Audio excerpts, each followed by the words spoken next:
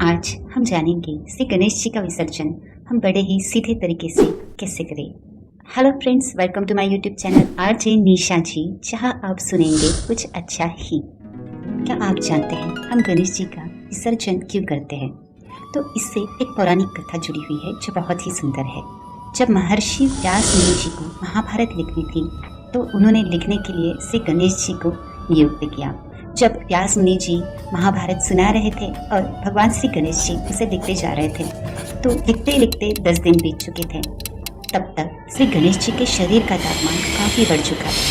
इसलिए तब गणेश जी को नदी में ठंडे पानी से स्नान करवाया गया। इसी कथा के प्रतीक रूप में हम हर 10वें दिन श्री गणेश जी का विसर्जन पानी में करते हैं। तो अब हम जानेंगे श्री गणेश जी के विसर्जन की विधि।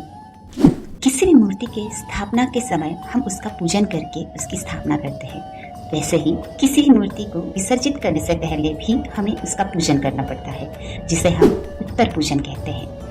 तो सबसे पहले मूर्ति के सामने हमें एक दिया जलाना है और एक कलश में पानी भर के गणेश जी के सामने रखना है। जो पहले से स्थापित कलश है वो वैसे ही रहेगा। नए कलश में हम स्वच्छ जल भर के गणेश जी के सामने रखेंगे। इसके बाद से गणेश जी को हम कुमकुम का तिलक करेंगे। थोड़े से चावल अक्षता रूप में उनको बहाएंगे। एक पुष्प या पुष्प की माला आप चढ़ा सकते हो।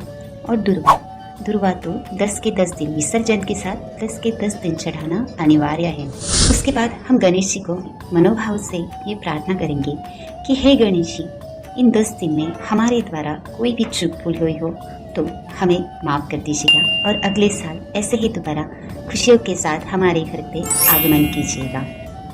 इसके बाद हमने भोग स्वरूप जो भी कुछ गणेश जी के लिए बनाया है या फिर जो भी कुछ लाया है, चाहे मोदक हो, चाहे खड़ी शक्कर हो, चाहे फल हो, जो भी हमें भोग चढ़ाना है वो हमें गणेश जी को अर्पित करना चाहिए।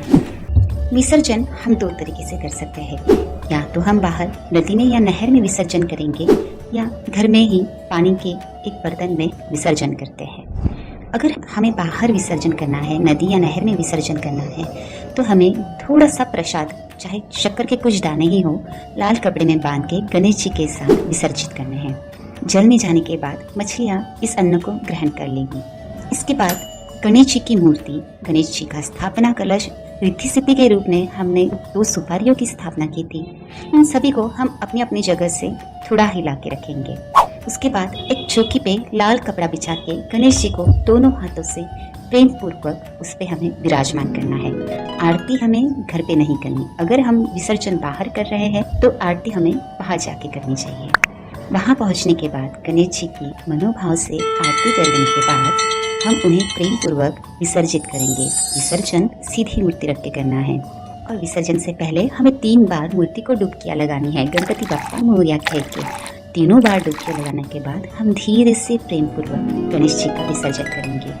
हमें फेंक के मूर्ति का विसर्जन बिल्कुल नहीं करना चाहिए। इससे हम भगवान गणेश जी का अपमान करते हैं। और अगर हमें विसर्जन घर में करना है तो एक बड़े बर्तन में स्वच्छ जल लेके उसमें कुमकुम, चावल, फूल और शक्कर के कुछ दाने ये सब चढ़ा के उसमें प्रेम पूर्वक वैसे ही 3 बार डुबकी लगा के हमें गणेश जी को विसर्जित करना है।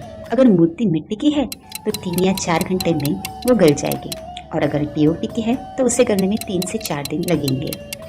विसर्जन के बाद जिसमें हमने विसर्जन किया है वो जल हमें तुलसी छोड़ के किसी भी पौधे में चढ़ा देना है।